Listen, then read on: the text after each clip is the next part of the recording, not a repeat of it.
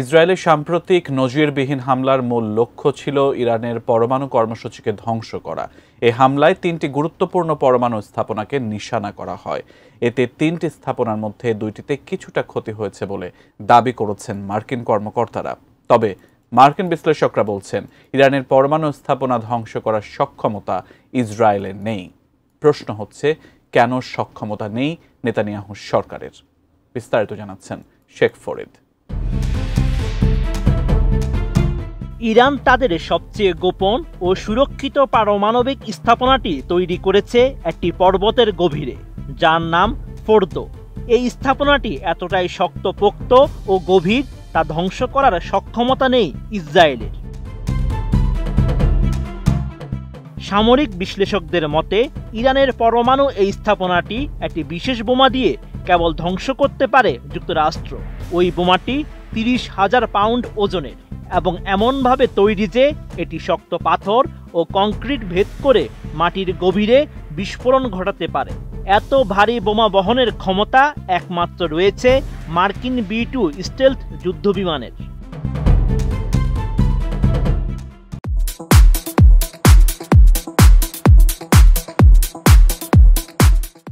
ইসরায়েলের কাছে এমন কোনো ভারী বোমার বিমান নেই, আর ইসরায়েলকে এই বোমা সরবরাহ করতেও রাজি নয় যুক্তরাষ্ট্র। সাবেক মার্কিন জেনারেল জোসেফ ভটেল জানান, তারা চায় না ইসরায়েল একে ব্যবহার করে বড় ধরনের যুদ্ধ শুরু করুক। তবে বিকল্প পথ খুঁজছে ইসরায়েল। নেতানিয়াহুর সরকার ফোর্দোর বিদ্যুৎ উৎপাদন কেন্দ্র ও সংযোগ স্থাপনাগুলোতে হামলা চালানোর কথা ভাবছে।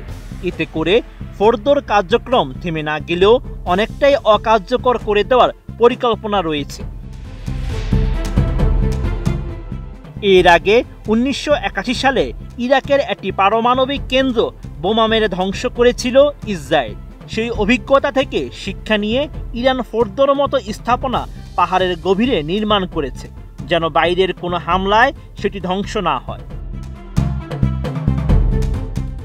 এদিকে আন্তর্জাতিক পরমাণু শক্তি সংস্থা জানায়, ফোর্দোতে ৮৩.৭% বিশুদ্ধ ইউরেনিয়াম রয়েছে, যা পারমাণবিক অস্ত্র তৈরির ৯০%-এর কাছাকাছি। বিশেষজ্ঞরা জানান, যদি যুক্তরাষ্ট্র ও ইসরায়েল মিলে ফোর্দোতে বড় ধরনের হামলা চালায়, তাহলে তা আন্তর্জাতিক আইন লঙ্ঘনের শামিল হতে পারে। এতে পারমাণবিক বিকিরণ ছড়িয়ে পড়ার শঙ্কাও রয়েছে। সেই সঙ্গে ইরান পাল্টা হামলা চালাতে পারে যুক্তরাষ্ট্র ও তার মিত্রদের উপর। এখনও ইসরায়েলকে এই বিশাল বোমা সরবরাহে সম্মতি দেননি মার্কিন প্রেসিডেন্ট ডোনাল্ড ট্রাম্প, কারণ তিনি নতুন করে মধ্যপ্রাচ্যে আরেকটি যুদ্ধ চান না এবং তার অনেক সমর্থক রয়েছে যুদ্ধবিরতি অবস্থানে। তাই ফোর্দো এখন এক দুর্ভেদ্য দুর্গে পরিণত হয়েছে। একে ধ্বংস করতে শুধু প্রযুক্তিই নয়, প্রয়োজন জটিল কূটনৈতিক ও রাজনৈতিক সিদ্ধান্ত, আর সেটিই এখন সবচেয়ে বড় challenge. Sheikh Farid, ATN news.